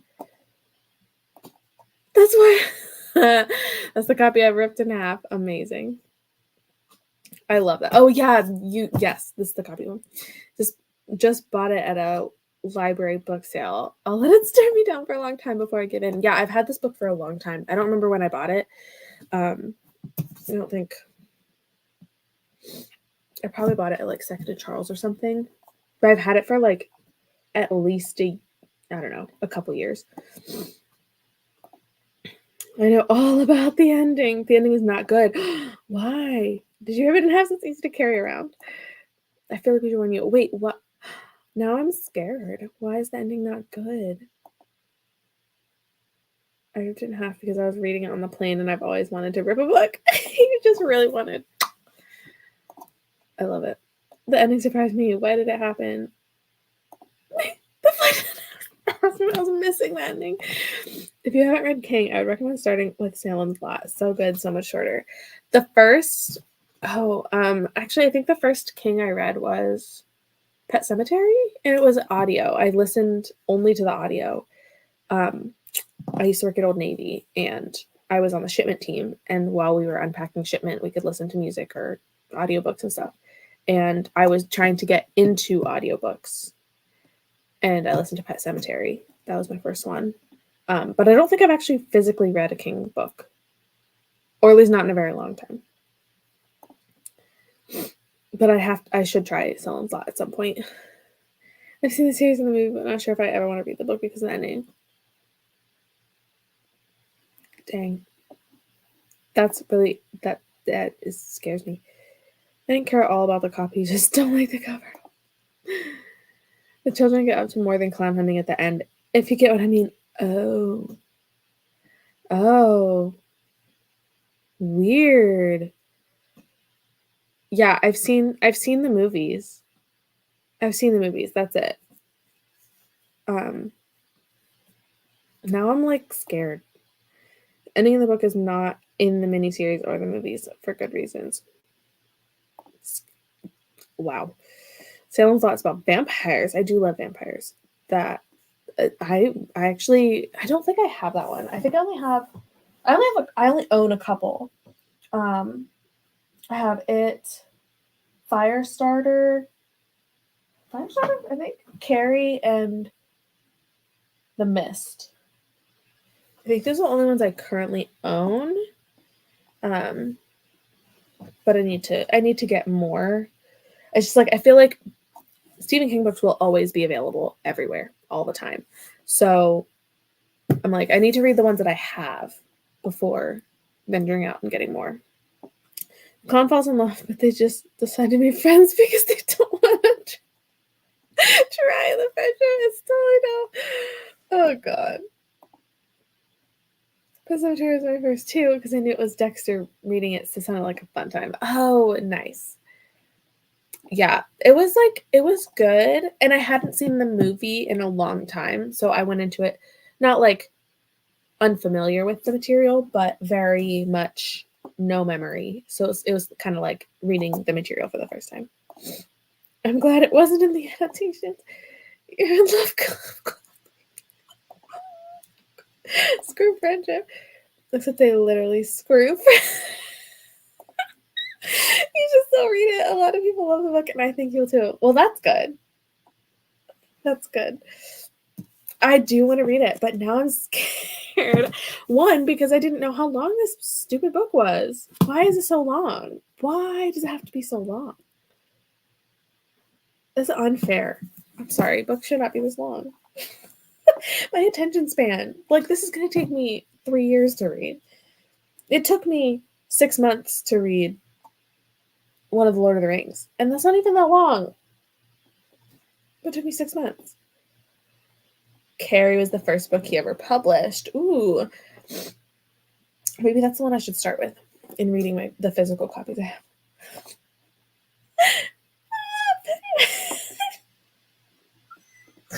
I love Pennywise, though. Such a good villain.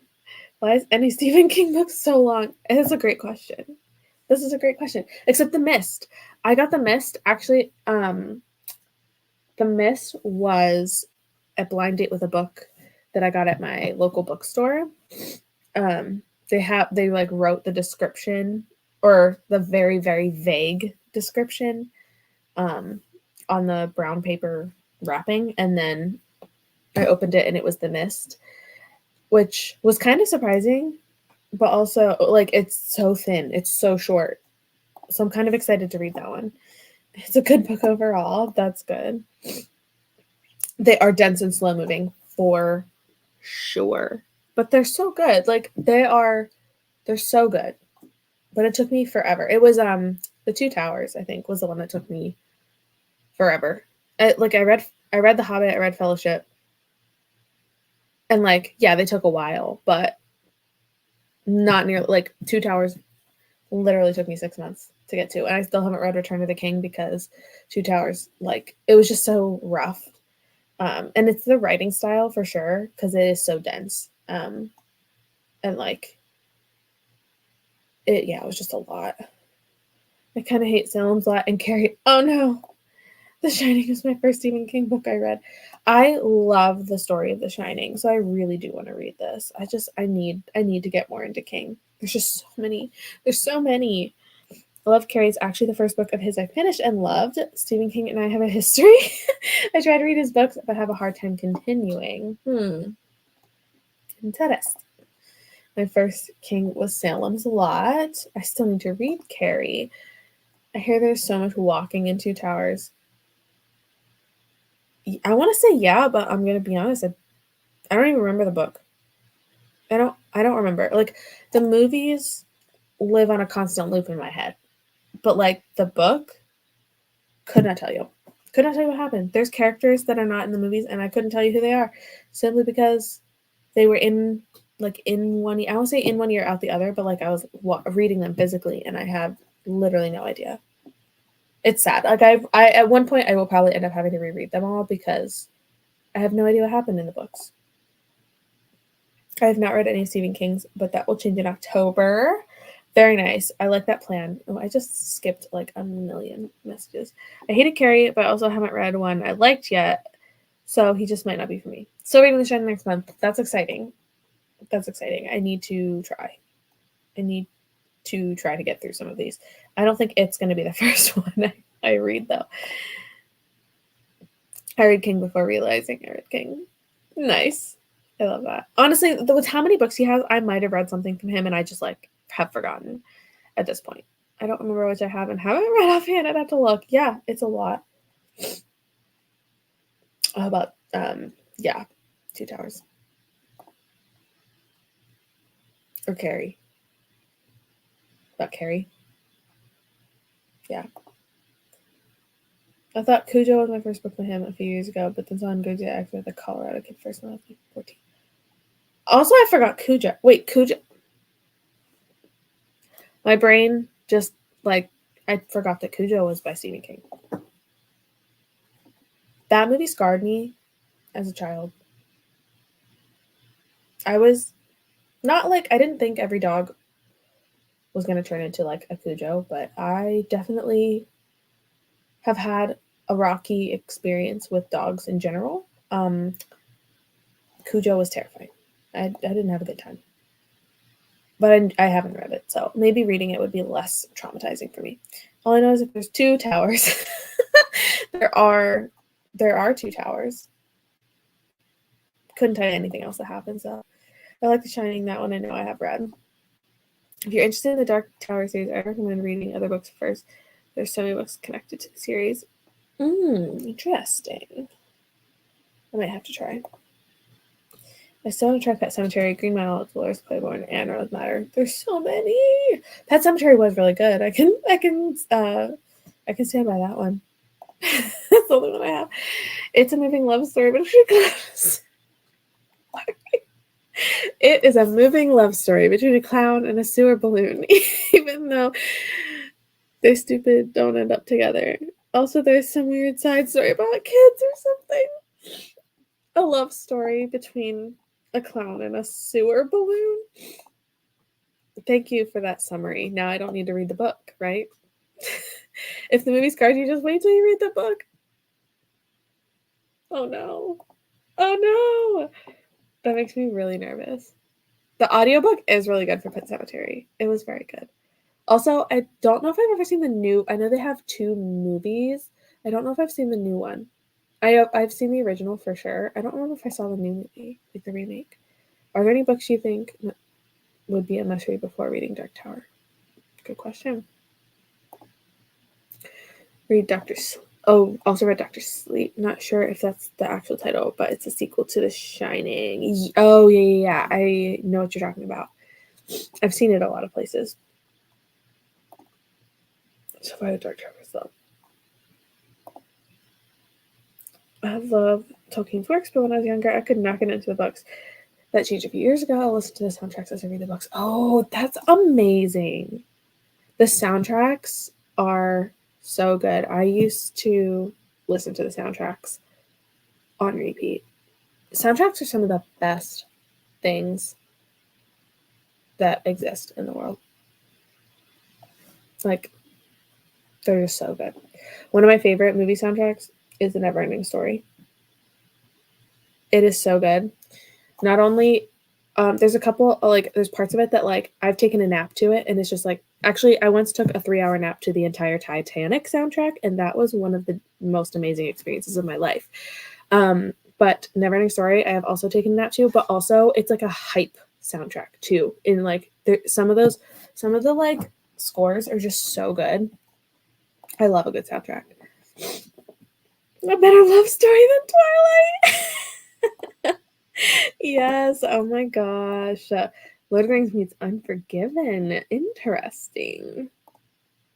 Neverending has such a good soundtrack. It's so good. The Ivory Tower. That track, so good. So good. Nothing can beat it, honestly, sometimes. Sometimes something can, I'm sure. There are things that could beat it. But like specifically on that soundtrack, the Ivory Tower track. So good. Too many favorite movie soundtracks. So true. They're so good. I for a long time I had soundtracks downloaded onto my phone so I could just like listen to them all the time without internet. And then I ran out of storage on my phone and I had to delete a lot. And now I'm sad. The nostalgia. Pride and Prejudice is my go-to soundtrack. Oh yes, that's a good one. The Wolf in the Misty Mercy area has scarred me for life. Yes. Oh my gosh. Gamork. when Atreyu is dramatically like trying to not give in to the swamps of sadness. Oh my gosh. I want to rewatch that movie and reread the book. I read it a couple years ago. I have 2 copies of it because I loved it so much. For Hype, I listened to Pirates of the Caribbean. Yeah, Pirates of the Caribbean soundtrack. Hans Zimmer and James Horner. And oh shoot, who's the other one? That I listen to a lot. It's gone out of my brain. So good. Dark Tower must read books before the series are Salem's Lot and The Shining. The Shining. Okay, perfect. Thank you. I have a playlist of all the calm songs and then another of all the tense songs from the Lost soundtrack. No, I was actually going to say this too. The Lost soundtrack. Michael, what's his face? I can't remember his last name.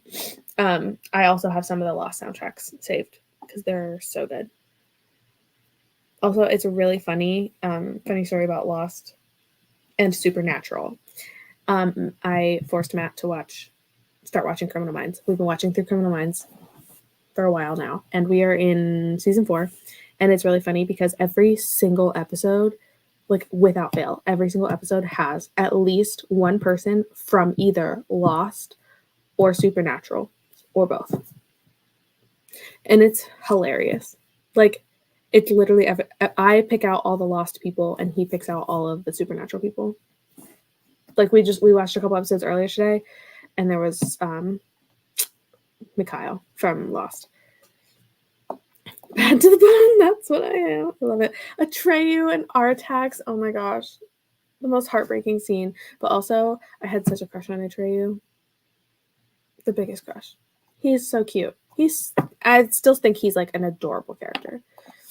Do not watch the Dark Tower movie. Oh no, we've been warned.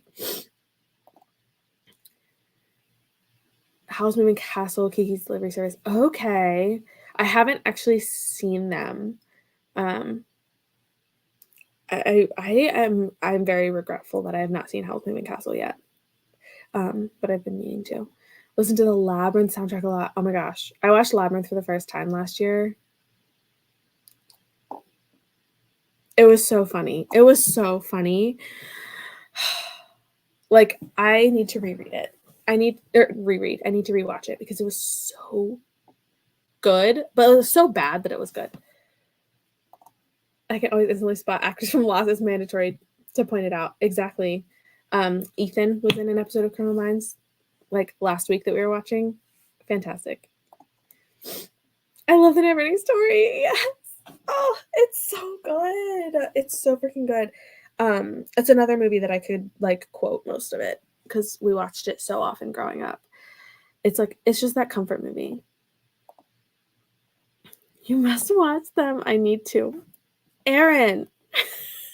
Are you yelling at me for not watching Howl's Moving Castle? Is that what that is? It's based on a book. Okay, I guess I need to do this. Actually, I did know this because there's a special edition coming out of it, but I can't remember who's doing it. The choice of pants for David Bowie. The choice of everything for David Bowie. Let's be real. One of my favorite things, the group of people I was watching this with, when I watched it, we have watched quite a few old movies. Choice pants. We watched like a couple older movies. Like we watched the original Dune, and I'm scarred. I can't. That movie was terrible. But we watched Labyrinth, and we just had such a fun time with it. But listening to some of the background stuff that's happening, or like some of the like there's a scene where they're all like running around, and like it's a bunch of, I think it's like when all the rocks are like rolling around the town or like the village. But if you have the captions on, you pick up all of the things that the little troll guys are saying in the background, and they're so funny. They say the most out of pocket things, and it is iconic. Like I still think about the one says, "Ah, my aching sushi." Like what? It's so funny. They're so good. That line has clearly stuck in my brain. Oh, you have read the trilogy. Ooh. The Dark Tower movie tried to cram three books of story into 1 hour and 30 minutes. Oh, geez. Oh man, that's rough. That definitely, like, you end up missing a lot of things from that. I love all things Dune. That original movie was a nightmare, actually. It was really, really terrifying. The quality was not there. They do have a movie to book adaptation for Labyrinth. It's okay. Okay. Well, I don't want anything to ruin that movie. It was so funny.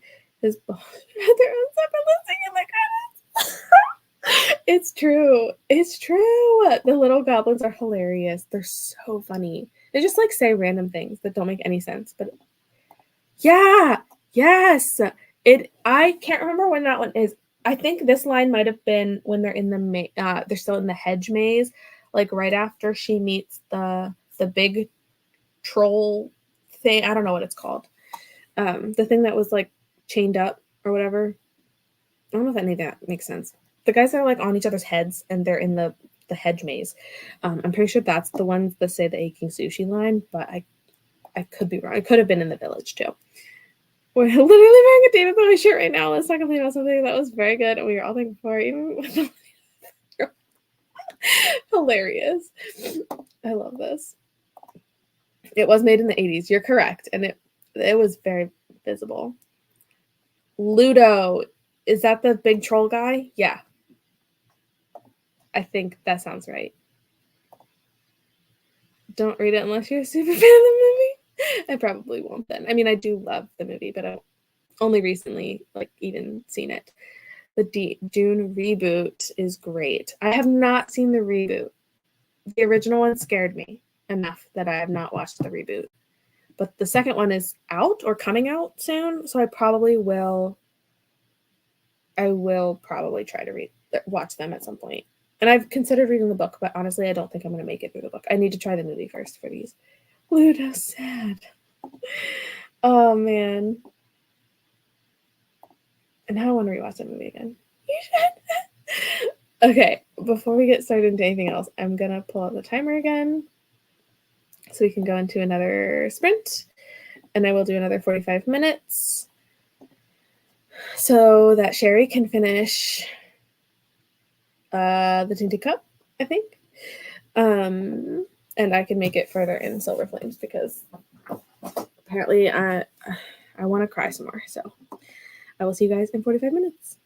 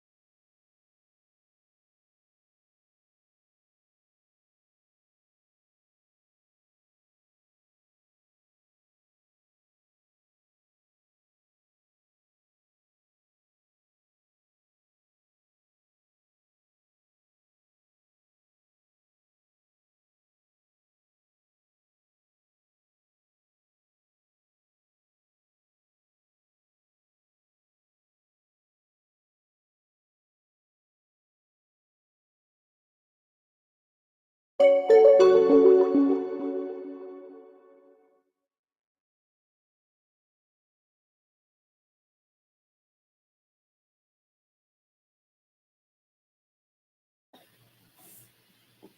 everyone. How was your sprint? Let me know how you did. I cried again at this book. Surprise. And I made it to part 4, which is, I don't know how many pages. 650 pages. This book is so long.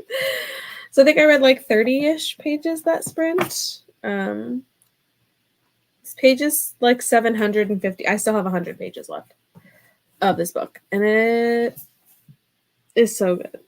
It's so good. I did not expect to love this book this much. Because I loved the last two. Like Wings and Ruin and Frost and Starlight were fantastic. And somehow this book might just beat them both. I don't know how it's happening. I don't know how it's happening, but it's so good. Okay, where did I leave off? The moon is so good. Oh, Dune. My son and I are going to watch the second part the day it comes out. That's so exciting. I feel like, okay, here's the thing about Dune is that I should love it wholeheartedly because Tremors was is one of my all-time favorite movies, hands down. Underground Worms, right? Dune, I should love it. I should love it. But alas, that 80s version, the 80s original one, was so cringy and painful to watch. The aching sushi line is the maze after we lit off. Yes. I freaking love it. That line has lived in my brain rent-free for months since I watched that movie. Dune Part 2. Going the first Saturday. Good night, everyone. I don't know if who else might have pieced out.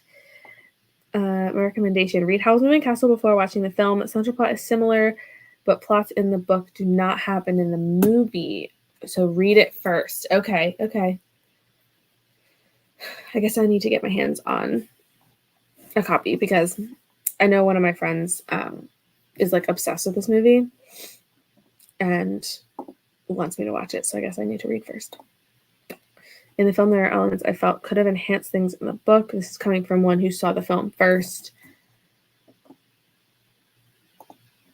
Who saw the film first, then read the book. Both are individual, good in my opinion. Well, that's good. Settled on 4.5 stars for the Tainted Cup. That's so good. I'm glad you really liked it. And that you were able to finish it. Read 9%. Very nice. 17% and my eyes got tired, so I rested. That's fair. That is fair. My eyes are also very tired. I have the last couple of books that I've given 5 stars. The last couple books that I have given 5 stars to. I was going to say the last couple of books, but then I remembered that I read Bridge over the weekend, and that doesn't apply here. But the last couple of books that I've like given 4 or 5 stars to have been ones that I like am so tired at night, but like I don't want to stop reading, but like my eyes aren't functioning anymore. So like I have to go to sleep.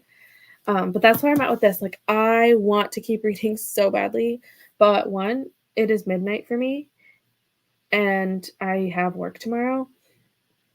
And 2, like my eyes are closing. Like I'm barely reading, but also I like made it to part 4. So like big things are about to happen. I just want to keep going, but I know I have to stop. So I'll read the last 100 pages tomorrow. 52 pages. Things got intense. I love when things start to pick up. Got ready for bed and started A Tempest of Tea. Interesting. 15% in and liking it. I'm glad you're liking it so far. Slower Flames is so good. It is so good. Like, I'm obsessed. Yay, work is overrated. Keep going. Well, here's the thing is, like, I do work from home, but some things have been coming because I do like a landscaping company, and we've had some things like calls over the weekend because the snow that we've gotten. And then tonight it was so windy. At one point I was like, it feels like the wind could break a window. Like it was very, very strong wind during the one sprint. And so I feel like we're going to get calls for stuff like that because we do tree work. And a lot of people are calling for tree trimming and stuff. So like I know there's stuff that I have to do tomorrow, but I can also take quick breaks. And by quick, I mean I can take breaks to read during the day, and I usually do. So like I'm still going to be able to read tomorrow, and I think I'll be able to enjoy it more tomorrow when I'm like fully attentive versus like now when like I'm yawning, my eyes are fading. I should just wait. Need to go to bed. I have training tomorrow morning on my day off. No. Well, thanks for joining. Good night, Sherry, and good luck with everything. Yes, good luck with training. Need all the much to make it through without falling asleep. No, don't fall asleep. I mean, but literally same. I am very fortunate with my job, but like I get my stuff done and I read on my breaks, and occasionally I take naps. I did take a nap on, was it Friday, I think? I just like was fading. I was like, I can't do this. So I sat in my chair over here and I took a nap, and I woke up about 5 minutes before the phone rang. So I had just enough time to like function again. You know, like sometimes when you wake up, it takes you a couple minutes to like actually wake up. And I woke up from the nap, and like I had just kind of gotten my bearings when the phone rang, and then it was so nice to take a nap. But anyway, on that note, that was the last sprint because I am so tired and I do need to sleep, and it's midnight. But thanks everyone for joining tonight. I hope that you made some good progress in your reading, and I don't know if I'll be doing sprints again until Thursday is the kickoff for 72 hours in the Reading Nook. So we'll have the kickoff sprints for that on Cassie's channel on Thursday it's 6 p.m. Eastern. I'm trying to think of what time it is. It's 6 p.m. Eastern. What time it is for Cassidy? 4 o'clock. So make sure you tune in for Thursday, an all weekend for 72 hours of reading, almost nonstop, very little sleeping over the weekend. But I will see you guys at some point during the rest of the week. And if not, then I'll see you on Thursday for 72 hours. Thanks for joining. Bye.